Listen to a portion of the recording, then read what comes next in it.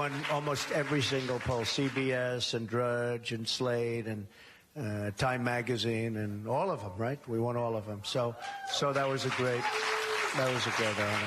The polls he's talking about aren't real polls. They're online snap polls, the kind where you can vote over and over and over again for whichever candidate you're seeking to boost. You shouldn't put much stock in polls like that. They're utterly unscientific. You definitely shouldn't put stock in the CBS News poll Trump says he won, since, as CBS News Major Garrett pointed out, the network did not conduct a post-debate poll.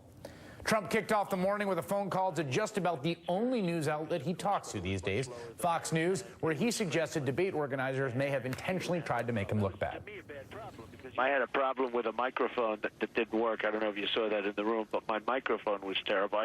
I wonder, was it set up that way on purpose? My microphone in the room, they couldn't hear me. You know, it was going on and off. Wow. Which isn't exactly great. I wonder if it was set up that way, but it was terrible. That when I tested it, it was beautiful. Like an hour before, I said, "What a great mic!" But in actuality, for the people listening in the hall could not hear your full answers? It was on and off, and it was much lower than hers. Okay.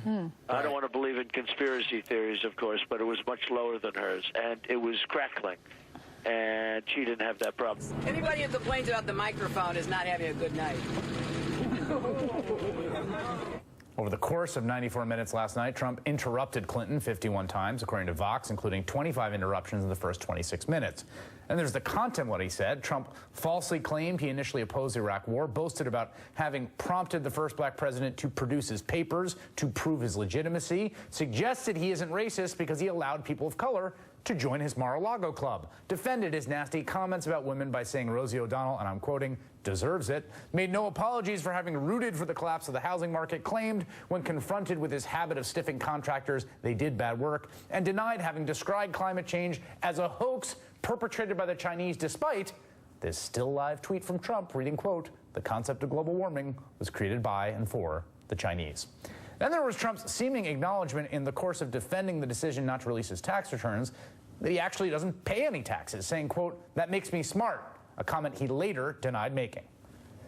Maybe he doesn't want the American people, all of you watching tonight, to know that he's paid nothing in federal taxes, because the only years that anybody's ever seen were a couple of years when he had to turn them over to state authorities when he was trying to get a casino license, and they showed he didn't pay any federal income tax. So that makes me smart. We don't have the money because it's been squandered on so many of your ideas. Let you respond, and maybe because you haven't paid any federal income tax for a lot of years. And the other thing I think is important. It would be squandered too, believe me.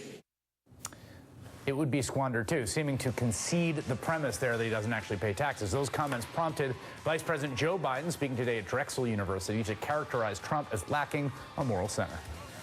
He acknowledged that he didn't pay taxes because he said it's,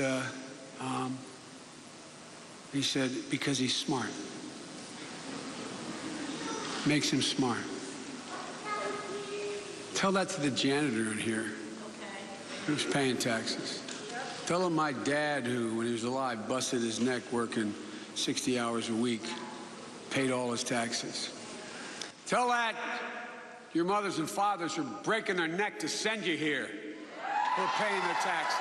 No, I really mean it. It angers me. It angers me. One thing that was manifestly obvious throughout last night was that the pre-debate hype was accurate. It seems Donald Trump really didn't prepare for the biggest night of his political life, and Hillary Clinton really did, and she wasn't afraid to say it. I think Donald just criticized me for preparing for this debate. And yes, I did. And you know what else I prepared for? I prepared to be president, and I think that's a good thing.